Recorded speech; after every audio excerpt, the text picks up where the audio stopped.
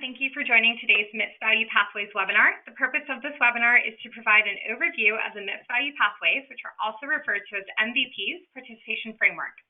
After the webinar, CMS will take as many questions as time allows. So now I'll turn it over to Molly McCarris, the MIPS Program Lead at CMS. Thank you, Lauren, and thank you everyone for joining us here today. We're really excited to go over the information on our new MIPS Value Pathways or new MVP framework. I did just want to flag up front that the webinar that I'll be going over today will only cover existing information about the MVP, which was described within last year's final rule, the 2020 final rule. This also is drawn from information that is available on our website on the MVP webpage at qpp.cms.gov, and accompanying materials such as our MVP fact sheet and our illustrative diagram. We won't have new information about MVPs that will be presented during this time today. So I just wanted to be upfront with folks on that in case you were hoping to hear new information here today. We won't be sharing anything new. However, we do have content that we can share based off of what we described in last year's rule.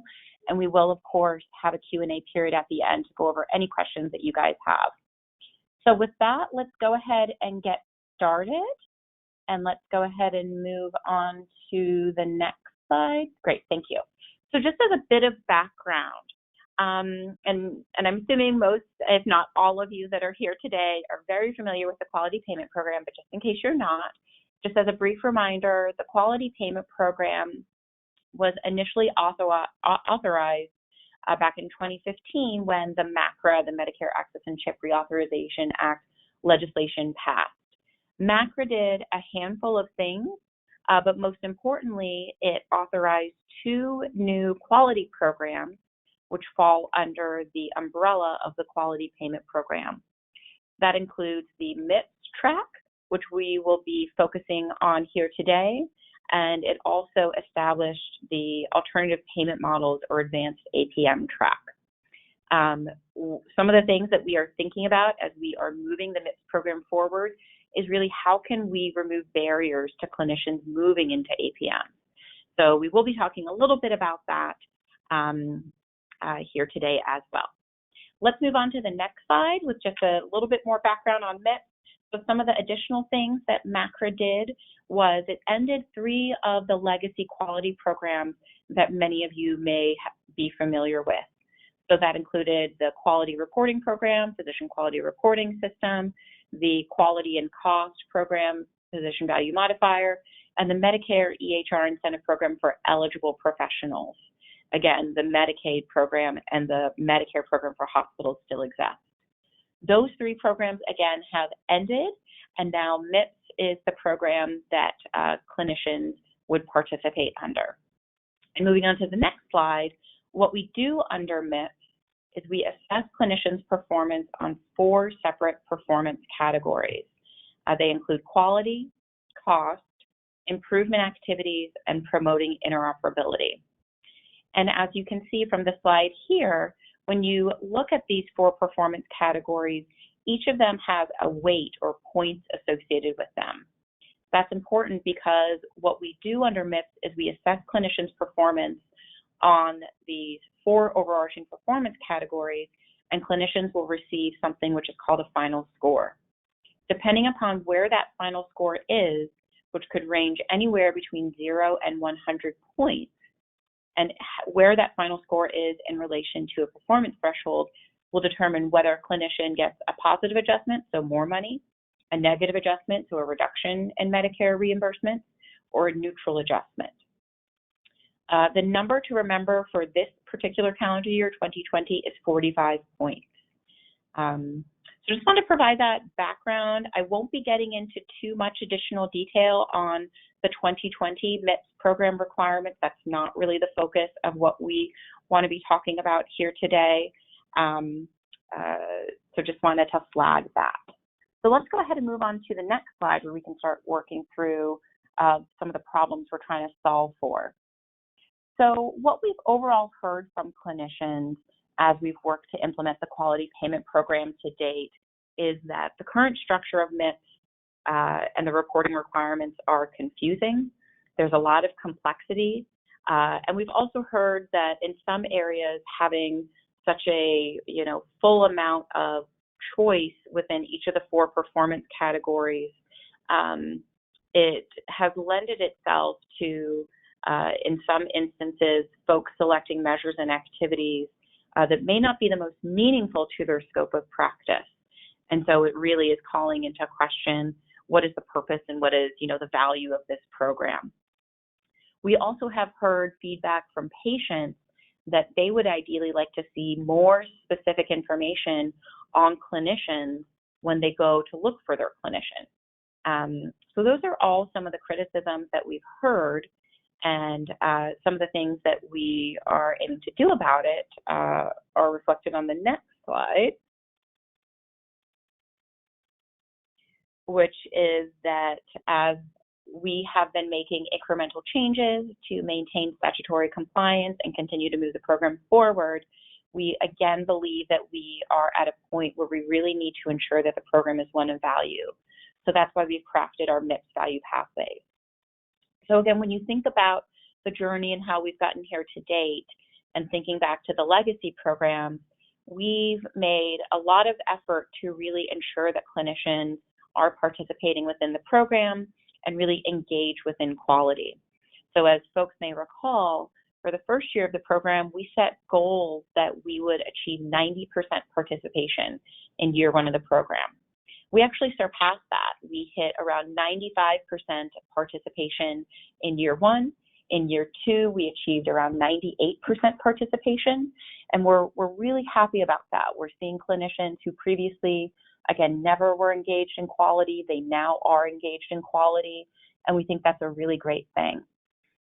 However, as the program continues to move forward, as we're getting into the latter years, and as we move to full implementation of the program, we really do want to shift the focus to not only one of participation, but really measuring and moving the program forward to one of value, and really ensuring that clinicians are assessed on their quality and cost, their overall value.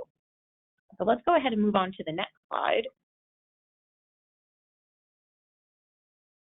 So as we think about the new framework of MVPs, so we would like MVPs to fix some of the problems that have come about under the current MIPS program. So some of the concerns on hearing that the 4 performance categories feel like really 4 separate, disparate things.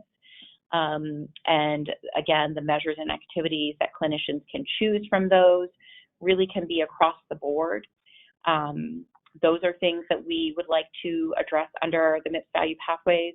We also want to put a high focus on quality and cost and improvement activity, while having some items that would be foundational or agnostic to a given MIPS Value Pathway. And those we envision could include the promoting interoperability performance category, as well as some population health metrics. Another key goal, as we always think about, is ways that we can reduce reporting burden. So those are some of the key things that we want to fix within MIPS itself. But one of the other key areas that we want to address as we work to implement MIPS Value Pathways is how can we remove barriers to APM participation. For folks' awareness, and I'm sure many of the folks on this call here today are familiar with the Healthcare Learning and Action Network. The administration shared some goals at that LAND Summit last fall, specifically related to APM adoption.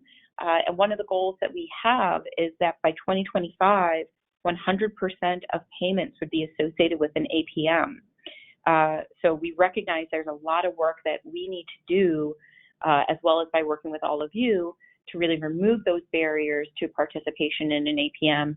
And how can we encourage clinicians to take on more risk, again, as we start thinking about APMs and how those could have either one-sided or two-sided risk models. And then one of the other things we are very much keeping in mind as we think about our MIPS Value Pathways is how can we really keep the patient at the center of our work. We really value the patient's voice. We know that's something that clinicians value as well. So we really want to look at ways that we can further expand incorporating the patient voice into the MIPS value pathways, whether that be through further implementation of patient-reported outcome measures, patient experience measures, or potentially other innovative ways of engaging with the patient. So let's go on to the next slide. So this is just a brief diagram we've put together that highlights some of the things that we're trying to do for MIPS value pathways. And I've already touched on a number of these, but let me just briefly go over this in a bit more detail. And again, for those of you who listened through our rule webinars last year, this diagram is essentially the same diagram as what we shared there last year. So when you look at the most left-hand side of the diagram, the current structure of the MIPS program, what we've been hearing from folks is that it feels very siloed, that there's 4 really separate and distinct things that clinicians have to do, and that the measures and activities across there doesn't necessarily have to be a rhyme or reason into those that clinicians select. While we see many clinicians selecting measures and activities that are applicable to their scope of practice, we have seen in some instances clinicians trying to report and perform on measures and activities that may not be the most meaningful to them. We also have heard concerns that the total number of things, when you add up all of these, it comes close to 15 to 20 plus things that we would be asking folks to do. Is that really the right number that we want to have people focusing on? So again, those are all things that we are questioning and looking to address as we move the MIPS value pathways forward. So as you look at the center and then most right-hand columns of the slide, you start seeing how the MVPs get implemented and built out. So you start seeing closer alignment between the 3 performance categories: quality, improvement, activities, and cost. And you see also within there lower reporting burden, more cohesive measures and activities. We also do still have within our MIPS value pathways that foundational level. So again, we envision that the foundational layer would really be MVP agnostic. So those would be items that would apply regardless of which MVP the clinician actually reports under. Those would still be assessed for clinicians. So again, that includes the promoting interoperability performance category and our population health metric, our all-cause readmission measure. We are looking to expand these types of metrics. We do understand that for these types of measures, there really is no reporting burden for clinicians. And we believe that being able to calculate more of these metrics can also help ready clinicians for movement into APM. Then as we move to the most right-hand side of the slide, when we think about the most future state of MIPS as MVPs continue to get evolved, we see a much closer connection between quality and improvement activities, the cost performance category. We still have our foundational layer, but that, of course, has been expanded to include patient-reported outcome measures or patient experience measures and enhanced performance feedback. And what we mean by that is we believe there are methods where we, CMS, can provide more patient-specific or patient drill-down information to clinicians, particularly as we move to MVPs and we may learn more information about clinicians. So that's our high-level overview diagram. So let's go ahead and move on to the next slide where I think we have some specialty-specific examples. Okay, great. So as you all see on this slide here, we've put together a draft example of what a general surgery MVP could look like.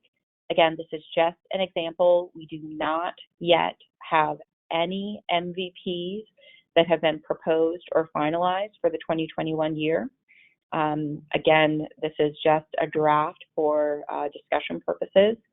But as you can see, as part of this draft, instead of a surgeon potentially, reporting or contributing to some of the metrics that their group may overall have chosen, such as primary care metrics, we're seeing the ability for a surgeon to report on more specialty-specific measures and activities.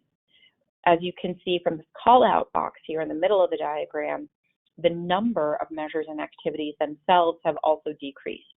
We're seeing in this example 3 quality measures and 2 improvement activities, whereas, as you may recall from the prior slide, our current requirements are around 6 quality measures and 2 to 4 improvement activities. Another example that we've created on the next slide would account, for example, for an endocrinologist who would be focusing on diabetic care for their patients. And again, as you can see in the call-out box here, we've identified a smaller subset of measures and improvement activities, as well as cost measures that would apply under this MVP.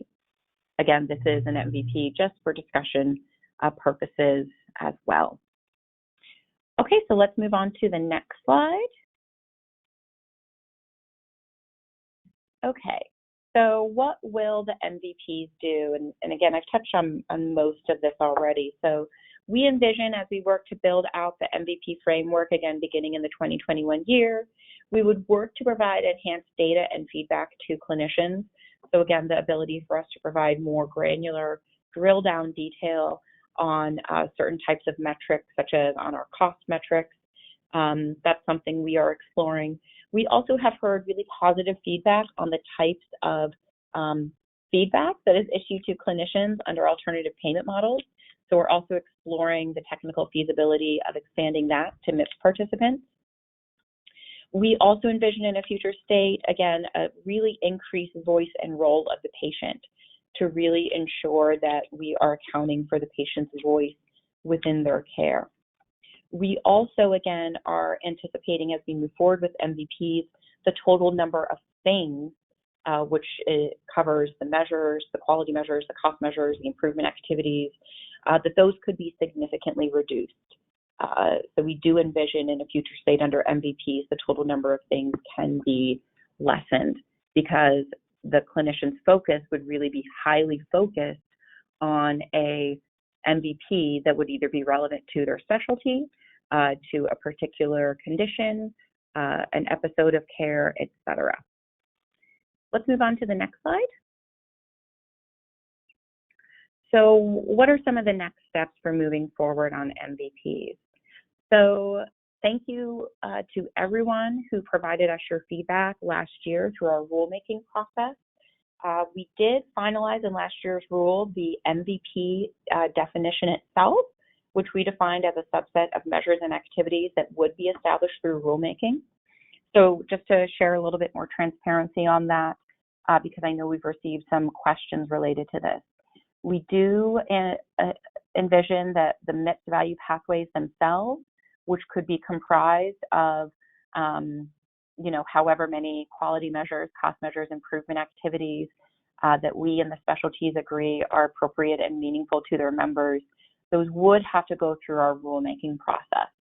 So I did just want to flag that for awareness.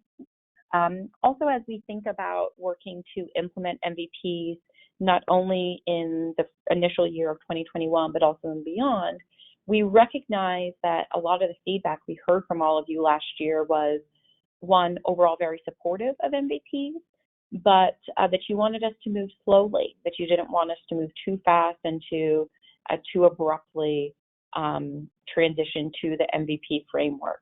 So that's something we're very much keeping in mind. And another key point that I wanted to touch on is that we very much want to work with all of you. We want to work with stakeholders as well as frontline clinicians on working to develop these MIPS value pathways. We really feel it's important that we can work with all of you, the societies, and the key stakeholders to build out these MVPs so they really can be meaningful to clinicians as we work to move the program forward. Again, we don't in any way, shape, or form want the quality payment program to just be a check-the-box program. We think that there's a lot of value that can be expressed here, and we hope that as we work to build out the MVPs, we can get there. So let's move on to the next slide. Just a few more slides for me, and then we can open it up for Q&A. So again, as we're thinking about collaboration, so again, we're just working with a few groups currently to develop MVPs for the 2021 year. Again, we're still in the beginning stages of that, so we appreciate everyone's continued support and input as we work to build out the MVPs and to make the MIPS program more cohesive and lessen burden. So we really look forward to continuing to collaborate with all of you as we get there. Moving on to the next slide. One of the key areas that you guys can go to make sure that you're fully up to date on everything we're doing with MVPs is, one, you can go to our separate portion of the QPP website that is focused on MVPs. That's where all of these diagrams are held and a lot of other additional information. We also have a video. We're going to try to show that to you all here today, but due to our streaming platform, I don't think we're going to do that. I'm not sure that the sound's going to be able to transmit itself appropriately to everyone, but I would highly encourage all of you to take a look at that MIPS Value Pathway video. And then moving on to the next slide. The other thing I just wanted to flag, as you want to continue to work with us on developing the MIPS Value Pathways, we always are looking for people who want to work with us in our human-centered design user research. If you in any way, shape, or form are interested in that, you can contact us at that email address below. And I think at this next slide is where, just for the other resource that I wanted to flag is, again, for anyone who wants to continue to work with us on MIPS Value Pathways, the best way to make sure you're getting the most up-to-date information is to ensure that you've registered for our listserv. And you can register for that listserv at our website at qpp.cms.gov. We also do have dedicated technical assistance, such as our service center, that's available to all clinicians. So let's move on to the next slide. Okay, so we are going to go ahead and start opening it up for the Q&A, but before we open up the phone lines and or draw questions from the chat or chat box, there are a couple high-level questions that we really would love to hear your feedback on here today. So if you do have feedback on this, please flag it for us. Please raise your hand and we can unmute you. Or if you prefer to just give us written feedback through the chat function, we can accept that as well. But based off of what we've been able to cover here today, do you have any key questions or concerns about the framework that has been outlined? And along with that, is there any other key pieces of additional information that would be helpful as you all work with your internal organizations to think about moving the MVPs forward? And then on the next slide, the other questions that we have is, as you've been working within your organization, what have you been hearing from the clinicians you represent about the move to MVPs? Or if you are a clinician that's on the phone here today, we'd love to hear your perspective on the movement to MVPs and what you would like to see happen.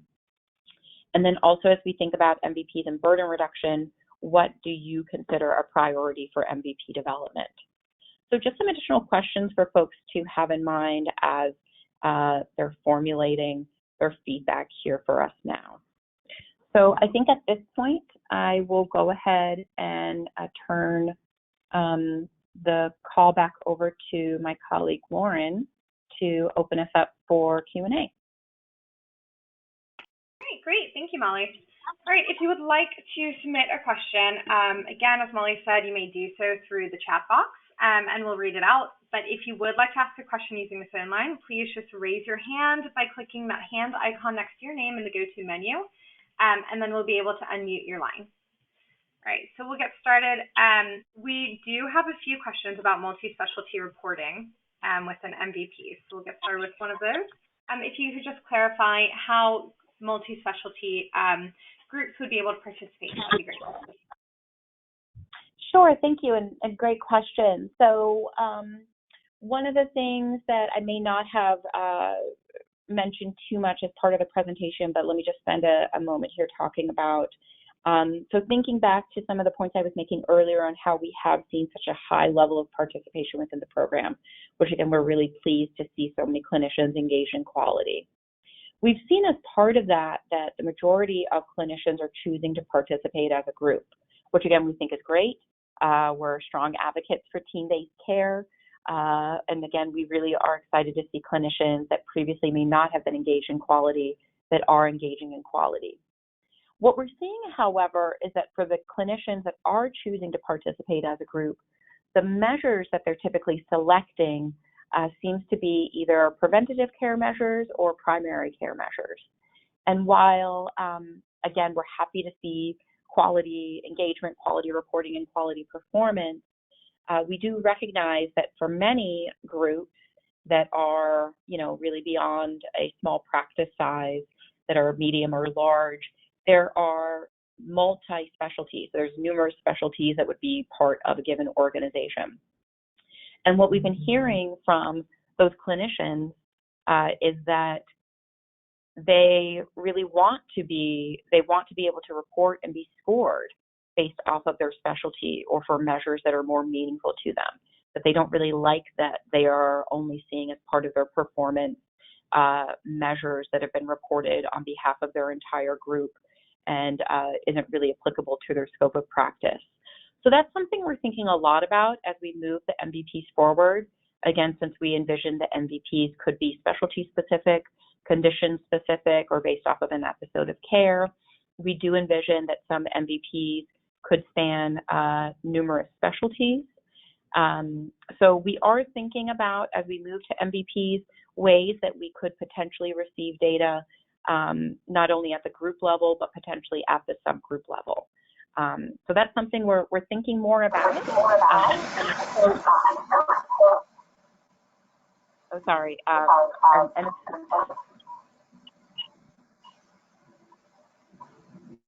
I guess I'll just end it.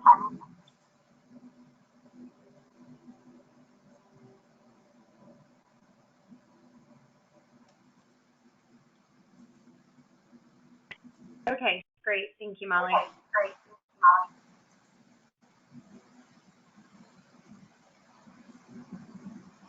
Okay. Next, there's a bit of feedback. So we're going to open up the phone line to Deanna Knight. So Deanna, we are unmuting your line, and you may go ahead.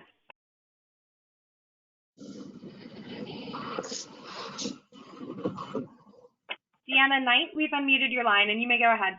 Oh, nope. All right. Sorry. We'll go next to Alexis Shaner. Alexis, we've unmuted your line, and you may go ahead. Hi, my name is Alexis Shaner. I'm calling from the Hawaii Pacific Health, and I'd like to thank you guys just for going ahead and throwing this presentation together for us.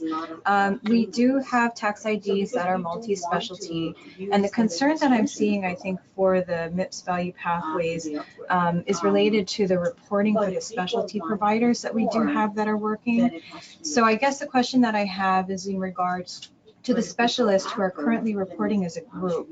Are you guys recommending that we have like a subset of quality measures that will also be reporting in addition to the group reporting that we're doing now? Is that how I guess the MVP will be working? No problem. Call me. Thank you. Sure, and thank you for the question. So it's a great question, and it's something that we're still working through as we're trying to address the need that we're hearing from clinicians, from specialists, that they want to be reported, that they want to report and be scored based off of their specialty, and again, for measures and activities that are more meaningful to them. We recognize that, again, for clinicians or for organizations today that are participating as part of a group, to further expand upon reporting that could be multi-specialty in nature, that there may be reporting and collecting on measures and activities that could either be different than what is currently being reported, or it could be in addition to some of the measures and activities. So those are all things that we're still working through.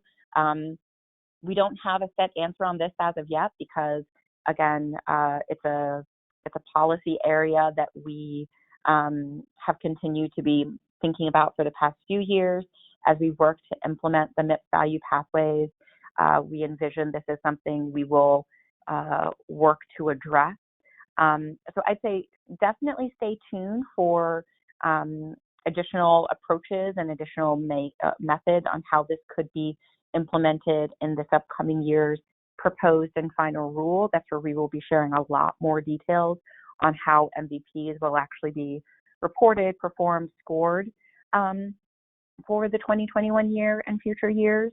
So stay tuned for more information there. In the interim, however, if you guys, again, do have additional feedback or thoughts or concerns that you want to share with us as you think about the movement to really more cohesive and more comprehensiveness of group reporting, we'd of course love to hear that so we can really take that into consideration. I hope that helps. Thank you.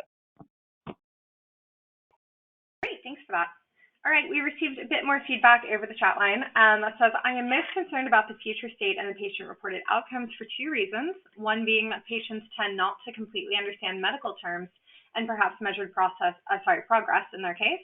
And two, as a general rule, people are more willing to respond to surveys with complaints rather than compliments. So how does CMS plan to accomplish a fair evaluation in this category?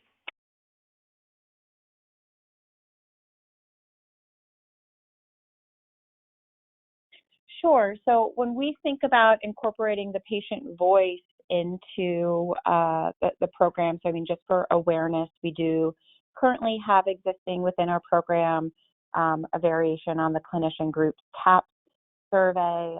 It's called our CAPS for MIPS survey, which does account for the patient's perspective.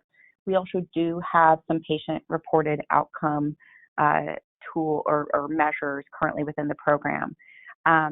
So, you know, the concerns on, you know, is the patient information that would be received via survey, is it only negative, not positive? We definitely can appreciate that, and it's something we will continue to look to ensure are there methods that we could try to address that through further standardization of any of these measures. We do, you know, believe very, very strongly, and I suspect most folks would agree with us on this, that continuing to incorporate the role and the voice of the patient in their care and overall in the performance is really important as we want to move the needle forward on really improving patients' health care.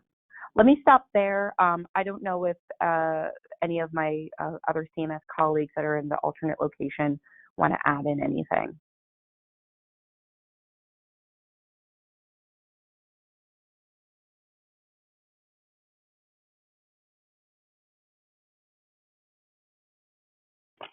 All right, we can always come back to that to clarify further if we'd like to. Next question is on the timeline. They asked, what is the timeline to implement a new framework in 2021? Will this be a mandatory participation or will it be rolled out as voluntary? Sure. So for the MVPs themselves, again, we will be addressing a lot of the specific details on how the MVPs will be constructed, how clinicians would select an MVP, how clinicians would be scored on an MVP, how multi-specialty reporting would or would not work under MVPs. We anticipate addressing that through this upcoming year's physician fee schedule a rulemaking cycle.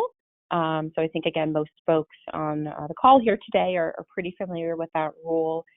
If you're not, I'd recommend that you stay tuned for more information there. Typically, that rule comes out around the end of June, beginning of July.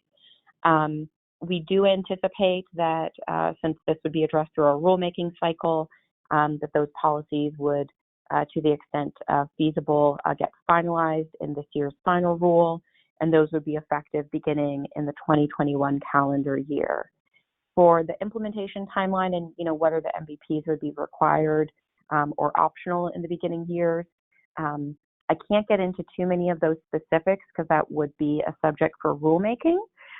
However, I will just try to provide some comfort that we are hearing folks really loud and clear that they want us to move slowly and cautiously as we work to implement the MVPs. We agree with that. We do really want to have the MVPs be a method of participation that brings value to clinicians and to their patients. We don't want to, go out the gate with MVPs that, don't make sense or wouldn't hit that mark. So those are things we're very much thinking about as we work to implement MVPs in the 2021 year as well as future years. Thank you. Great, thank you. All right, I do just want to remind everybody that we do have guiding feedback questions on the screen, and we do recommend providing feedback in line with that. So we will go back to the phone line now. Randy Terry, we're unmuting your line, and you may go ahead. Okay, I'm Randy Terry from Munson Healthcare in Northern Michigan, and we just have 3 things that we are challenged with this MVP, and I think you heard the one loud and clear, and that's the multi-specialty. Any one of our 25 TINs has multiple specialty and family practice and so forth in them, and so the MVP program would not work unless you divide that up by, if you want to call it virtual groups or NPI groups or whatever. That's the first one. The second challenge we have is that we have multiple EHRs with our different TINs or groups. And so combining the quality together for those EHRs has been nearly impossible. The state of Michigan has a tool, but it does cost money for that tool, and it becomes cost prohibited because we have so many locums and part-time people in Northern Michigan because we're very rural. The third issue that we have is the quality measures. In EHR 1 may be certified for 1 through 10, and EHR 2 may be certified from 10 to 20, and on and on and on. And so finding quality measures that are certified against multiple EHRs that are the same that would fit this program are nearly impossible. Just doesn't happen. And so those are challenges. And if we use a registry, that costs an inordinate amount of money as well because we have so many part-time and traveling providers. We have to pay by provider when somebody may cover, a weekend every 2 months. And so those are some of the challenges that we have with this program. We think it's great, but rollout will tell a lot. Thank you. Thank you for that feedback. That's really valuable as we work to move the overall quality payment program forward as well as the MVPs. Okay, great. We'll continue with the phone line if we are getting a few questions there. So Jill Allen, we're unmuting your line. Jill Allen, you may go ahead.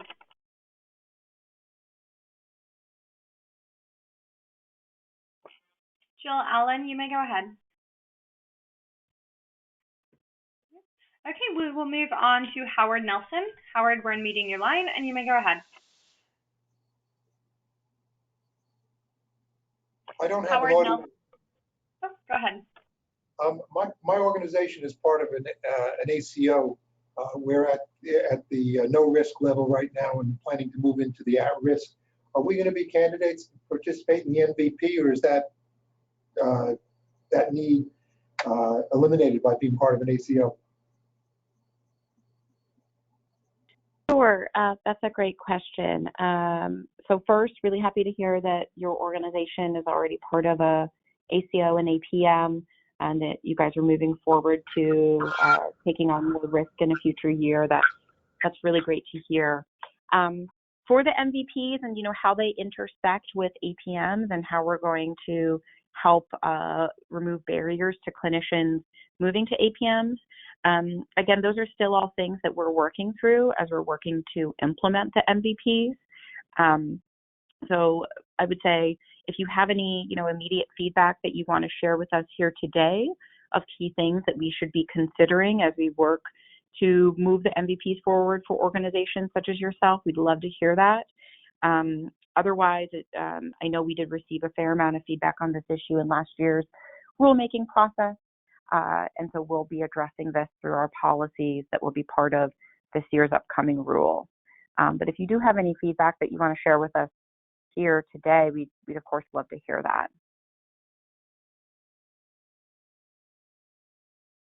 Okay, great. Thank you. Okay. All right. So again, we'll move on to the phone line. Jennifer Wilbers, we're unmuting your line. Jennifer Wilbers, you may go ahead. Hi, I just wanted to give some feedback regarding some of the framework for the MVPs by the submission method. So when I looked at some of the outlines of it, say a clinical quality measure, you've outlined the submission method. So one quality measure may be claims-based submission, and the other quality measure may be by a registry submission, and then even possibly an ECQM measure submission for another measure. Each one of those is burdensome to set up within your EMR and within your revenue cycle system, and every one of those has a cost.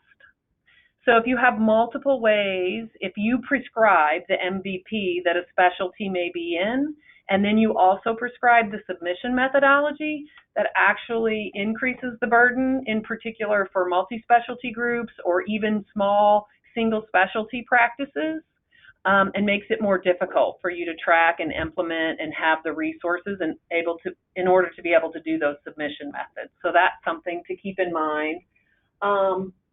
And then when you have some providers, you know, when your organization is not fully in an APM, and so all of your providers under your 10 may not be QPs, then you have to track which providers are QPs, and so you don't have to worry about submitting MVPs for them, while some other providers may not meet the threshold if the QP status isn't evaluated at the group level. So that's another burdensome, you know, aspect of having the program and having very prescriptive MVPs. The last one is when you have providers that may be enrolled in a certain specialty or have a certain specialty designation, but that's not their practice. So the measures that you would select for that particular provider actually don't apply to their practice. Say you could have a provider that's family community medicine that only practices sports medicine. So those primary care measures wouldn't be applicable to their practice. So the ability to have to choose, to have that choice for the clinicians to have that choice is important. And the last thing that I would like to give feedback on is I do recognize that most groups submit primary care measures, but as a group practice, I do see that our specialists contribute to those preventative and those seemingly primary care measures. They contribute data, and they also help to screen those patients and ensure that they have the proper screening. So they do work as a collaborative group practice in that way. Thank you so much for all that feedback. That's really helpful. Thank you. All right, next, there's a bit of feedback with a question. It asks, clinicians are supportive of MVPs as a concept, but are concerned with how CMS will ensure parity between all of the different MVP models. So could you discuss a little bit about how CMS will ensure a level playing field between all of the MVPs it develops? Sure, that's another great question and another thing that we're thinking a lot about as well. So just for transparency, as we think about moving the MVPs forward, we will still have to have our 4 separate performance categories. Those are required by law, and the law is somewhat prescriptive on what some of the things would need to be that would fall under each of those performance categories. So for example, MACRA, the law, goes into some specifics on what a quality measure should look like, what a cost measure should look like, and an improvement activity. So I did just want to flag that while, again, our overall goal for MVPs is to further unite and align these performance categories, we must, of course, maintain our statutory compliance. With that being said, we think there's a lot that we can actually do based off of our current statutory requirements to actually have that fuller alignment.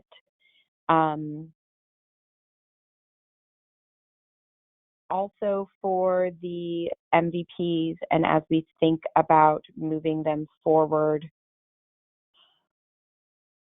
Sorry, I lost my, Lauren, could you repeat the question again? I apologize, I lost my train of thought.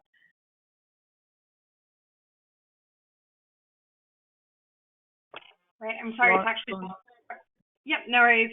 It's actually just dropped off the screen, but we will bring it back and flag that for you. But we did actually just receive another piece. Oh, go ahead.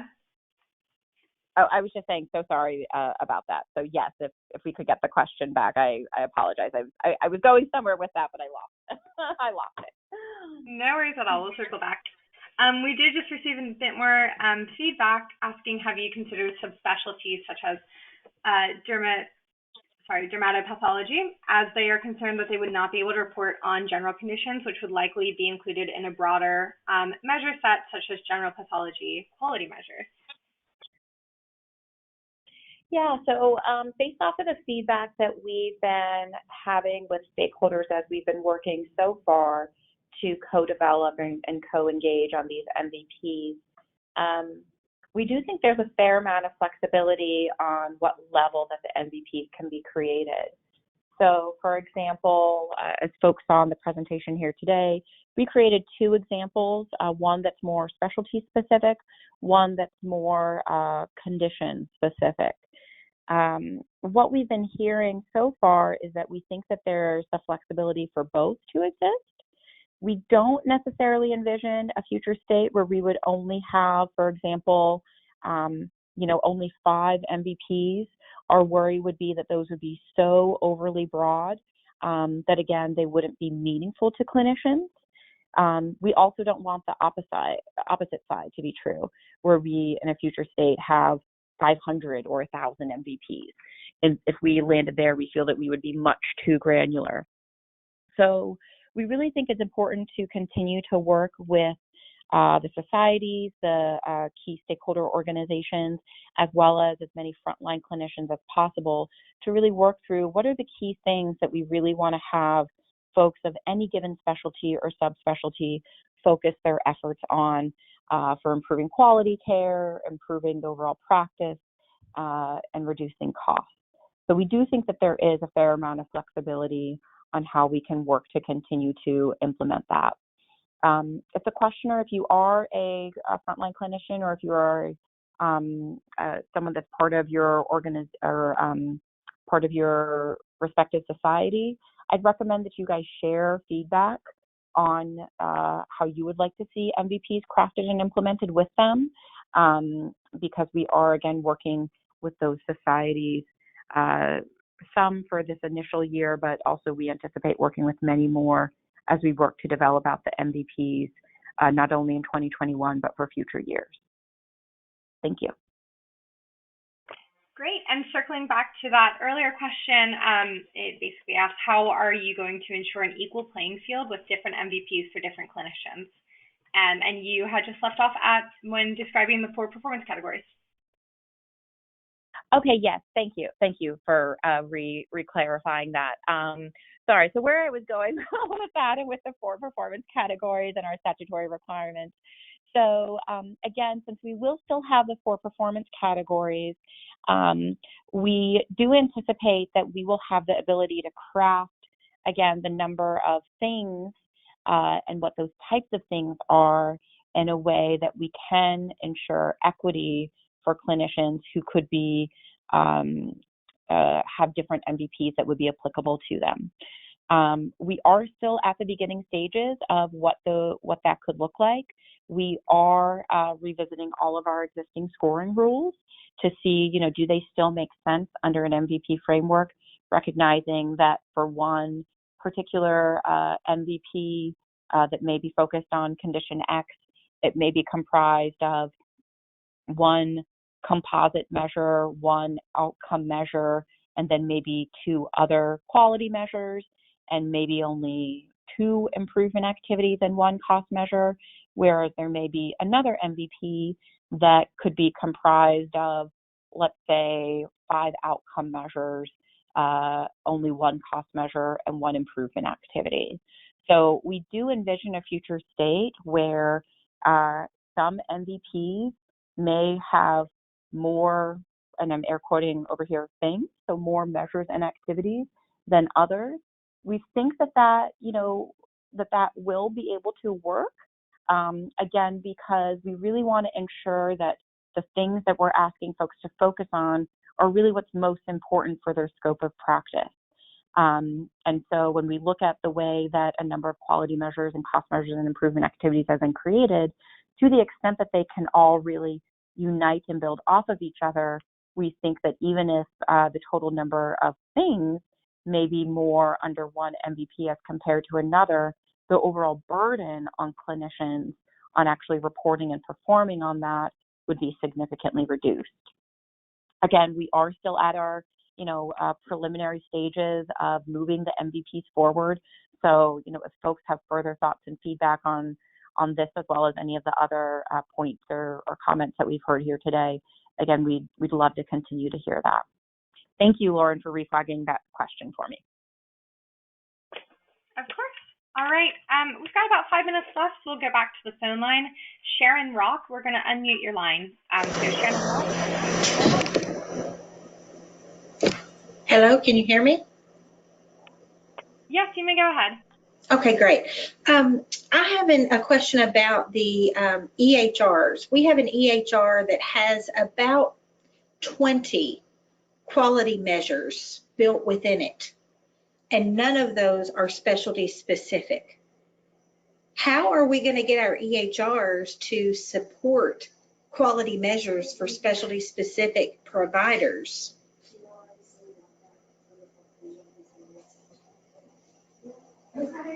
Sure. So as we are looking, sure. So definitely can appreciate that, and definitely can understand that the total number of ECQM, so the measures that have been really developed as a built-in part of an EHR, that those measures have actually been reduced over the past few years because the measure may no longer be relevant or it may be topped out, et cetera. So overall, we CMS do want to have more and more measures that are drawn from electronic data, whether it is measures that are solely developed as part of an ECQM, so again, a measure that resides solely within an EHR, or measures that we call within the MIPS program, MIPS CQMs. These are measures that can draw from EHR data, as well as they could draw from practice management or other data sources. So we definitely want to work to continue to develop and build out more of these types of measures. We really view these measures as things that can really help clinicians as they're interacting with their patients to improve their quality of care. So those are areas that we're looking to develop and build out more of. So again, I would just highlight that to the extent that any of those measures we would want to have as part of an MVP, based off of a particular condition, specialty, et cetera, that's something we definitely can work towards to ensure that those are built out within the MVP. I hope that helps a little bit. Great, thank you. All right, a few more from the phone line. Trudy Piercy, we're unmuting your line. So Trudy Piercy, you can go ahead. To piggyback off one of the other callers' statements, there is an overhead to have build out each of those submission types, like she spoke about. So there's just an overhead there that whether you have one clinician or 1,000 clinicians per specialty, there's an overhead to each of those, and not just per group. It's like if you have, we're a teaching institution, so we have lots of specialties. And so the build out of those submission types per specialty is not a minor lift. It's a pretty major lift. So something to keep in mind when you're architecting this is keep your teaching institutions in mind, because we cover a pretty broad basis there. Thank you. Let me just ask a follow-up question if you're still available, Trudy. Yes. Are there certain submission types or collection types of measures that you all feel are less burdensome to implement and report on, just so we're tracking? Well, I'm sure that's a question that's relative to who's doing the work, right? It's easy for those that aren't doing the work. I'm heavily involved with the web interface measures. So those that are the submission type of web interface. I heard rumor that that's going away after 2020. So that would be a curious thing for me to look into, because if it goes away, then what? Because a lot of the preventative measures, I don't know that there's another submission type there. So I think that same caller spoke about, the dynamics of not only having that many specialties, but also we're also in an ACO, in a next gen ACO, but not all providers are qualifying participants under the ACO. So we still have that aspect too of, so when you show a diagram on your one of your early slides, it just shows MIPS versus advanced APMs. That's all of us. We do all that because we're a teaching institution. So we literally have to report everything for almost, not all submission types, but a lot of them. So something to think about from that perspective is how many teaching hospitals are there out there that do as much as we do, and to the level we do it. Thank you. That's really helpful additional feedback there. Really appreciate it. Okay, well, we've got about a minute left. So Molly, just wanted to pass it off to you to conclude, and maybe if you'd like to recap other resources where more information on the MVPs can be found. Sure. Thank you so much, Lauren, and thank you everyone for joining us here today. If we could actually flip back to the slide, Lauren, that has all of the resources listed. That would be great. Okay, perfect. Thank you. So again, thank you guys, everyone, so much for your attendance here today. We really appreciate it. Again, I'd like to encourage all of you, if you haven't yet been to our website, or particularly the MVP portion of our website, to please go there and check it out. Also, if you have not yet signed up for a listserv, please go ahead and sign up for that. That will be one of the main ways that we will work to further engage with folks as we build out the MVPs, as well as through future rulemaking, et cetera. Also, for the feedback questions we flagged on the slides here, if anyone has some additional feedback they weren't able to get across either through the chat or verbally, please reach out to us through our service center, and we'd love to hear that. So thank you guys again for your time here today, and I think we'll go ahead and conclude the webinar. Thank you.